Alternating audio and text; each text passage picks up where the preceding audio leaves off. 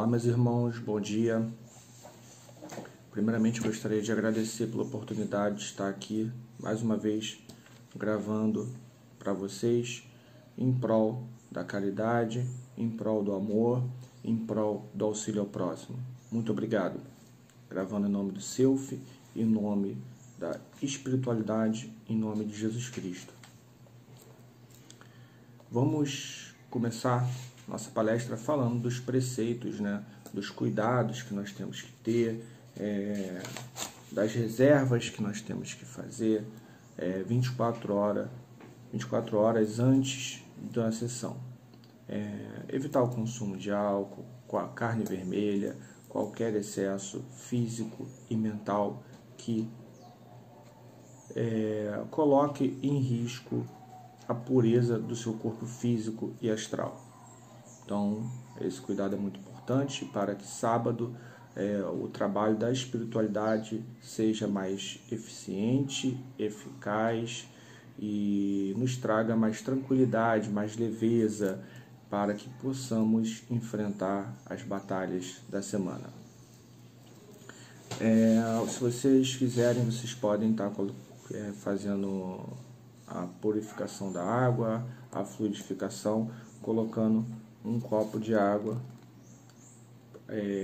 à mesa, um copo com água à mesa, para que essa seja fluidificada durante a palestra, durante a visualização da palestra. E para isso você tem que assistir a palestra com um pensamento elevado.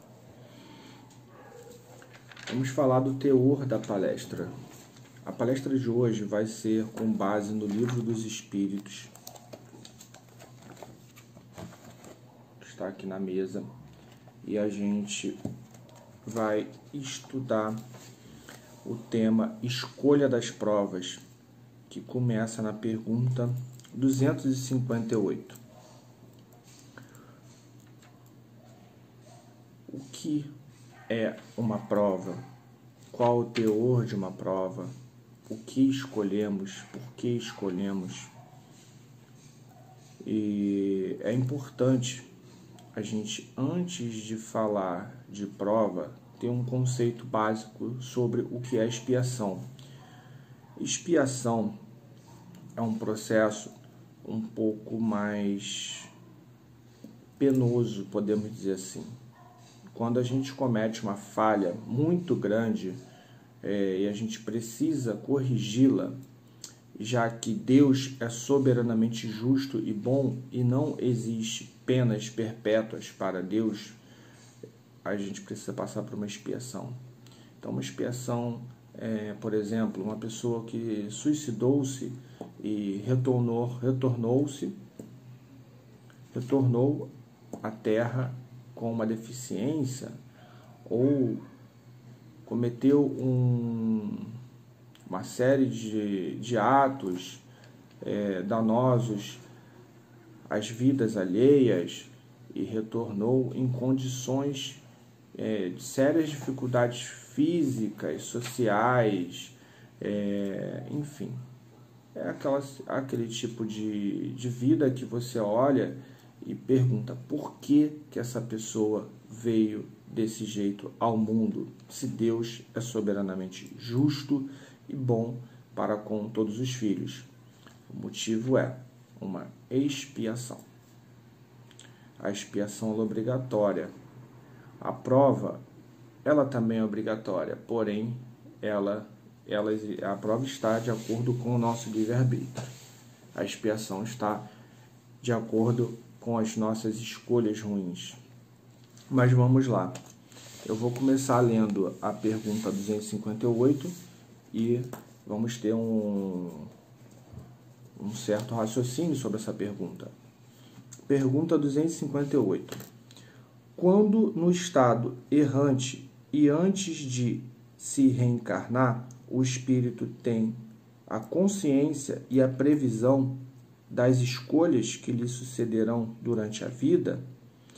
Resposta: ele próprio escolhe o gênero de provas que quer suportar, e é nisso que consiste seu livre-arbítrio. tem uma subpergunta que eu vou ler depois. Vamos trabalhar na resposta. Ele próprio escolhe o gênero de prova que quer suportar, e é nisso que consiste seu livre-arbítrio. Às vezes a gente se pergunta por que a gente nasceu numa família X ou numa família Y, ou cuidando de determinados setores da vida social, profissional ou espiritual, e a gente pergunta por quê? Eu não escolhi isso. Quer dizer, se você não escolheu, alguém escolheu para você. Então, esse alguém que escolheu foi Deus. E se Deus escolheu uma coisa ruim para você, Deus é injusto. Correto? É só a gente parar para pensar, em vez de lamentar. Nós escolhemos as provas as quais estamos passando. Isso é o livre-arbítrio convertido em amor. Porque você já parou para pensar o quanto você já evoluiu com as suas provas? Eu vou deixar uma pergunta para você. Você que está assistindo essa palestra, nesse momento, zera a sua mente e foca só nessa pergunta. O quanto você cresceu com as suas provas? Responda isso para você depois. E pergunta se Deus é bom, é justo. E pergunta se Deus não colocou a prova certa na sua mão. Colocou? Não. Quem colocou foi você. Subpergunta. Não é Deus que lhe impõe, então, as tribulações da vida como castigo? Nada ocorre sem a permissão de Deus, pois é Ele quem estabelece todas as leis que regem o universo. Perguntai, então, por que fez tal lei ao invés de outra? Dando ao espírito a liberdade de escolha, deixa-lhe toda a responsabilidade de seus atos e suas consequências, de maneira que nada entrava o seu futuro. O caminho do bem como do mal lhe está aberto. Se sucumbe, resta-lhe a consolação de que nem tudo se acabou para ele. Deus, na sua bondade, lhe dá a oportunidade de recomeçar o que foi mal feito. É necessário, aliás, distinguir o que é obra da vontade de Deus e o que é da vontade do homem. Se um perigo vos ameaça, não foste vós que criastes, mas Deus, contudo, pela própria vontade, a ele vos expondes, porque vedes um meio de adiantar-vos e Deus o permitiu. Vamos lá. Nada ocorre sem a permissão de Deus. Nada. Tudo ocorre com a permissão de Deus. E com isso que está sendo afirmado aqui, a gente já pode começar a raciocinar sobre o que está acontecendo no mundo, a pandemia, sobre as catástrofes, as guerras, as situações as quais ocorre e que a gente se pergunta por que acontece. O importante é pensarmos que nem sempre estamos preparados para entender o porquê das coisas. E isso a gente pode até raciocinar no dia a dia. Quem tem filho pequeno e a criança, quando começa a querer saber sobre as coisas, e a criança pergunta: papai, o que é isso? O pai, ele não explica o porquê daquilo. Ele inventa uma coisa. Papai, por que está acontecendo aquilo? Por que aquele senhor é daquele jeito? Aí o pai fala: filhinho, aquilo ali é por causa daquilo. E porque a criança não está em condições de entender o porquê daquilo ali. Então, muitas vezes, nós não temos condições de entender a vontade de Deus.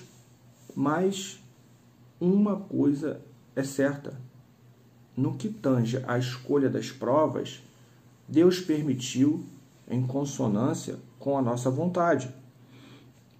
E uma coisa que a gente tem que focar aqui nessa pergunta é que ele fala o seguinte, que Deus dá a oportunidade de recomeçar o que foi mal feito. Às vezes a gente julga muito os irmãos errantes, de qualquer natureza, e principalmente aqueles que erram em grande proporção. Eu não vou citar nomes, mas se vocês pararem para pensar, vocês vão analisar que tem nomes aí que hoje são repugnantes. Mas, olha só, eu falando que o nome é repugnante, então eu também estou julgando. A minha atitude é um excelente exemplo. Essas pessoas que cometeram erros contra a humanidade ou que cometem erros no dia a dia, elas vão ter a oportunidade de corrigir a sua falha, seja como uma prova ou como expiação. Então não cabe a mim, nem a você, nem a ninguém julgar, porque existe uma lei chamada lei do retorno, e essa lei só tem um único juiz, que é Deus. O tempo que as pessoas perdem julgando as situações sociais, a política, isso, aquilo, o vizinho, o colega, ela deveria empregar em melhorar-se, praticar a reforma íntima. Então, Deus dá a oportunidade das coisas melhorarem. E a gente tem que separar uma coisa muito importante: o que é da vontade de Deus e o que é da vontade do homem. Eu vou dar um exemplo aqui e vou usar a minha pessoa como exemplo. Por exemplo, eu tenho aptidão para comércio, para venda. Eu acho assim, quem vende, vende qualquer coisa. Basta entender sobre determinada coisa. Eu, por exemplo, não venderia bebida alcoólica, porque eu acho que faz mal, visando o lado do vício. Em contrapartida, eu não critico quem venda. Eu estou usando o meu livre-arbítrio com uma aptidão que eu tenho para vender aquilo que eu quero vender, com base no conhecimento que eu tenho. Foi a minha escolha.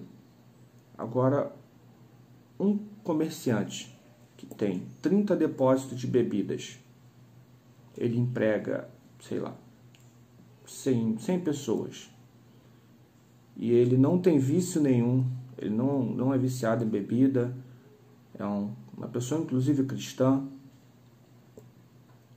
ele não está fazendo nada de errado. Agora, ele é responsável pelas pessoas que vão lá comprar bebida para praticar o vício? Dentro desse contexto, o que é da vontade de Deus e o que é da vontade dele? Ele está fazendo certo. Agora, quem está fazendo errado? É quem está indo se viciar. Entende? Temos que separar o que é da vontade de Deus e o que é da nossa vontade. Porque tem gente que bota tudo na mão de Deus. Ah, Deus vai resolver. Não, quem tem que resolver é você. Vamos separar o que é da vontade do homem e o que é da vontade de Deus, porque isso é muito importante. No exemplo da bebida, cada área da sociedade tem seu grau de importância, cada área da sociedade tem a sua função. Porém, cada um pode escolher em qual área deseja trabalhar, sem julgá-las. Então, a gente já conversou sobre o livre-arbítrio convertido em amor, que é a pergunta 258. Vamos falar da pergunta 259. Pergunta 259. Se o espírito pode escolher o gênero das provas que deve suportar, segue-se daí que todas as tribulações que experimentamos na vida foram previstas e escolhidas por nós? Resposta: todas não é a palavra, pois não se pode dizer que escolhestes e previste tudo o que vos acontece no mundo, até as menores coisas. Escolhestes o gênero de provas, os detalhes são consequências da vossa posição e frequentemente dos vossos próprios atos. Se o espírito quis nascer entre malfeitores, por exemplo, ele sabia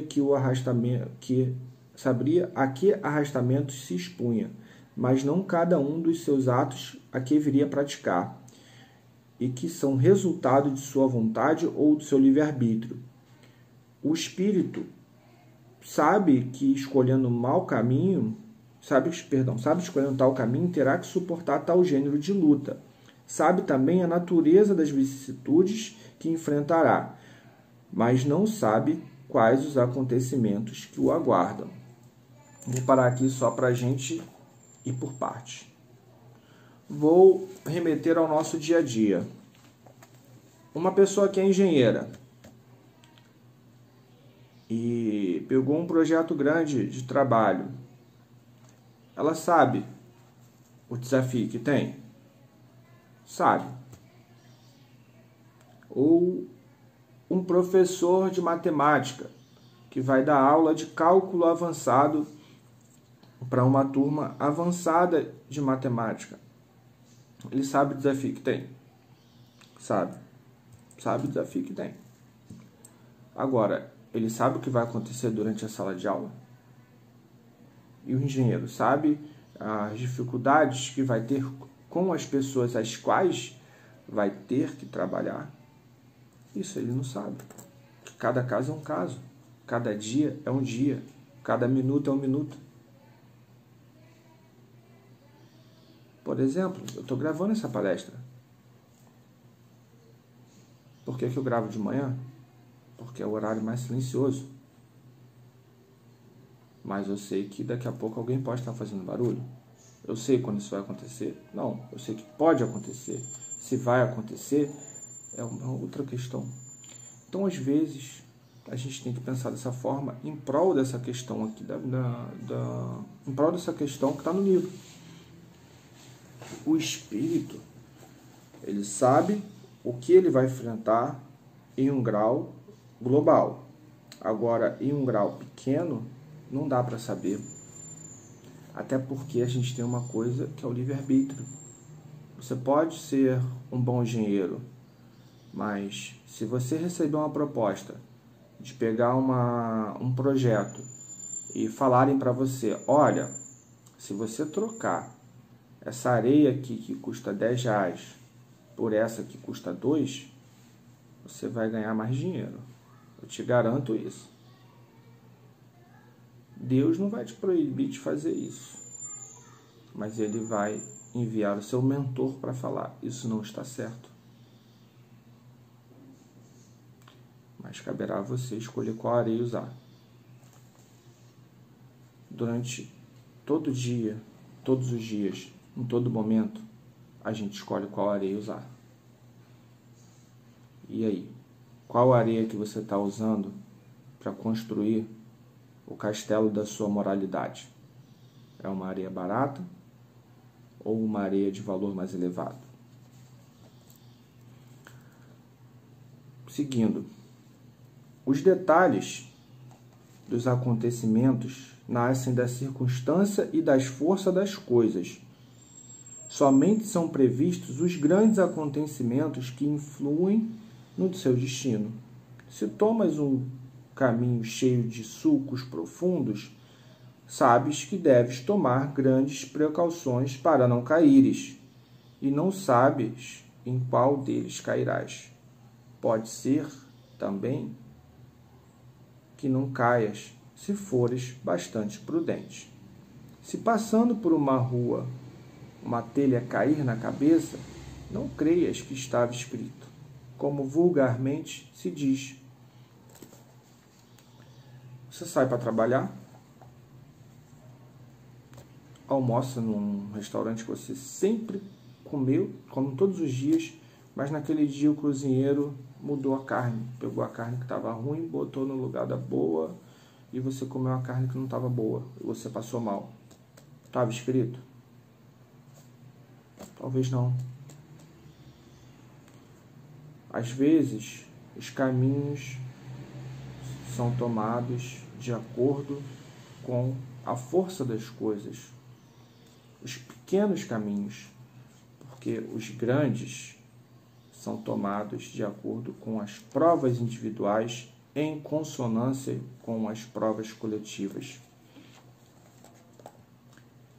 E aí a gente pode estar analisando um contexto ainda mais interessante. Não que o que tenha se falado não seja interessante. Uma mãe tem 10 filhos, todos do mesmo pai. E 2 deles seguem o caminho errado. Todos tiveram a mesma educação, mesmo tratamento, mesmo amor, mesmos recursos. Ninguém teve nada diferente. Todos com a sua particularidade, porém com um senso de equidade. Esses 2 que foram para o caminho errado foram porque a mãe falhou, ou porque o seu livre-arbítrio falhou, ou porque já estava dentro dele aquela inclinação para determinada conduta. Isso acontece muito, inclusive nas famílias de um grande nível social no que tange aspecto financeiro. Você vê filho de rico se envolvendo em coisas que a sociedade fala, cara, esse cara tem dinheiro, esse cara não precisa fazer isso, esse cara não precisa roubar, não precisa... Cara, tem tudo na mão, é só acordar e viver. Não que isso seja certo ou louvável, acordar e viver. Mas assim, entende que há cenários que a gente agora podemos analisar de uma maneira um pouco mais profunda, sem julgamento? Às vezes está no espírito a coisa. E se a gente não praticar a reforma íntima, no cuidado do espírito, fica muito complicado. A gente escolher o caminho que está em consonância com seguir o caminho que foi escolhido em consonância com o nosso livre-arbítrio. Então vamos lá. Se uma telha cair na sua cabeça, não fala que foi Deus, porque às vezes foi uma força de uma situação que não estava no seu controle. Então vamos prosseguir.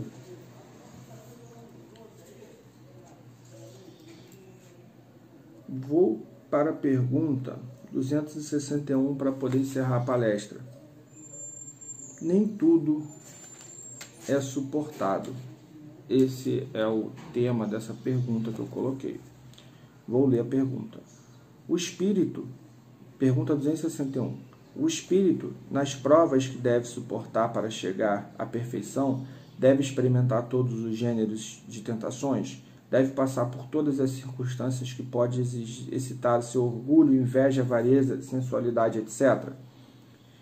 Resposta: certamente não, pois sabeis que há espíritos que desde o começo tomam um caminho que os isenta de muitas provas, mas aquele que se deixa arrastar para o mau caminho pode correr todos os perigos desse caminho. Um espírito, por exemplo, pode pedir a riqueza e esta ser-lhe concedida. Então, conforme seu caráter, ele poderá tornar-se avaro, ou pródigo, egoísta, ou generoso, ou se entregará a todos os prazeres da sensualidade. Mas isso não quer dizer que deva passar forçosamente por todas essas tendências. Nem tudo é suportado, mas tudo é suportável. Quer dizer, se você nasce rico, você é obrigado a seguir a má tendência da sociedade do alto padrão de riqueza, a se colocar numa postura de superioridade? Não, você não é obrigado. Tem gente que tem dinheiro tem muito dinheiro, são pessoas prósperas no que tange ao aspecto financeiro e também ao aspecto moral. Você chega à casa da pessoa, você olha, que casa simples, essa pessoa é milionária. Agora tem lugares que você chega, até remete à palestra do Alexandre, que ele falou das duas casas, né? Da casa simples e da casa e do castelo, da casa com mais recursos. É até interessante vocês voltarem essa palestra e dar uma olhada nisso. Tem casas que você chega, caramba, que casarão. Bom dia, senhor. O caminho é aqui. A pessoa não tem nem a capacidade de dar um bom dia. Aí eu deixo aqui uma pergunta para vocês. Quanto do banco vocês vão levar lá para cima? Por exemplo, essa aliança aqui. Aliança de casamento. Eu vou levar essa aliança? Você vai levar a sua? Ah, e o seu carro você vai levar? E seu celular você vai levar? Você não vai levar. Mas Deus te dá o livre-arbítrio, não dá? Você tem dois caminhos. Você pode subir, elevar-se, que é o propósito da humanidade, ou ficar aqui, depois de desencarnado, tentando se aproveitar desses bens. São dois caminhos. Lógico que o nosso Pai quer que a gente se eleve. Então, nem tudo é suportado. Não é só porque você recebeu um tipo de prova que você tem que experimentar todos os perigos daquelas provas. Você tem que analisar aonde pisar e como vai pisar. Mas tem uma coisa que nós temos que suportar nesse momento, que é o momento da pandemia. Nem tudo é suportável, mas tudo é suportável. Nem tudo você deve suportar, mas tudo que você tiver que suportar é suportável. Deus não te deu uma cruz maior ou menor da qual você tem que carregar. Então vamos falar da pandemia. É um momento em que todos devem suportar com resiliência, paciência, caridade, amor ao próximo, exemplo e atitude. Por quê? É uma prova para toda a sociedade, inclusive a pergunta 260, salvo engano, fala sobre isso. Depois vocês dão uma lida, mas a pergunta fala o seguinte: como o espírito pode querer nascer no meio de pessoas de má vida? E aqui os espíritos explicam que é uma necessidade de melhorar-se em situação que está naquele meio. Se a pessoa tem a tendência de roubar, como ela vai melhorar nascendo no meio de pessoas que não roubam? Então, é mais ou menos uma analogia de deficiência e oportunidade. Uma oportunidade para corrigir uma deficiência. Não estou falando deficiência no sentido de deficiência física, mas deficiência de um recurso, alguma coisa que tem que ser corrigida. Uma falha no sentido da palavra. Ele fala, se não houver mais pessoas na Terra, como a gente vai trabalhar isso? Ele fala o seguinte, precisa-se-á lamentar isso? É o que ocorre nos mundos superiores, onde o mal não tem acesso, visto que são habitados por espíritos bons. Fazei que, em breve, o mesmo ocorra sobre a Terra. Quando a gente começa a ler essas coisas, o mesmo ocorra sobre a Terra, mudança planetária, mudanças bruscas, mudanças complexas, é a pandemia. É o passo mais forte para o mundo de prova, o mundo de regeneração. Então,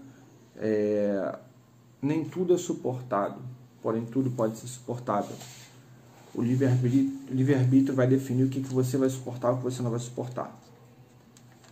Mas a pandemia ela tem que ser suportável e tem que ser encarada de uma forma coletiva, visando a consciência social. Eu te pergunto a vocês, qual a natureza da prova de vocês? Vocês já pararam para pensar? Qual é a nossa prova? Por exemplo, no campo religioso, como membros do SELF, qual é a nossa prova para com a sociedade? Qual a sua prova para com a sociedade como cristão? Qual a sua prova para com a sua família? Às vezes a gente tem que pensar. Às vezes não, todos os dias. Para que eu estou nesse mundo? Por que eu estou nesse mundo? Porque quem colocou você nesse mundo quer que você faça uma coisa. Eu vou ler um texto para vocês agora do Chico Xavier. E vocês vão interpretar esse texto da forma que vocês quiserem. Mas não há má interpretação. Eu permito a todos serem como quiserem, e a mim como devo ser. Francisco Cândido Xavier. Lembre-se de que você mesmo é o melhor secretário de sua tarefa, o mais eficiente propagandista de seus ideais, a mais clara demonstração de seus princípios, o mais alto padrão do ensino superior que seu espírito abraça e a mensagem mais viva das elevadas noções que você transmite aos outros. Não se esqueça, igualmente, de que o maior inimigo de suas realizações mais nobres, a completa ou incompleta negação do idealismo sublime que você apregoa. A nota discordante da sinfonia do bem que pretende executar, o arquiteto de suas aflições e o destruidor de suas oportunidades de elevação é você mesmo. Francisco Cândido Xavier. Nós somos os arquitetos das nossas vidas, nós somos os construtores dos nossos sonhos, nós somos os professores dos nossos instintos. Cabe a cada um de nós, a todos os dias, buscar recursos intelectuais, morais, para fazer com que a nossa elevação espiritual e moral seja alcançada com eficiência ou eficácia. Ou seja, melhore-se todos os dias, em especial nesse momento de pandemia. Seja luz, porque o mundo ainda está escuro, mas quando tudo passar, a sua luz vai brilhar de tal forma que você vai estar apto a subir de estágio. Muito obrigado, muita paz e muita luz para vocês. Que Deus abençoe o lar de vocês e a todos vocês e a família de vocês. Que assim seja, graças a Deus.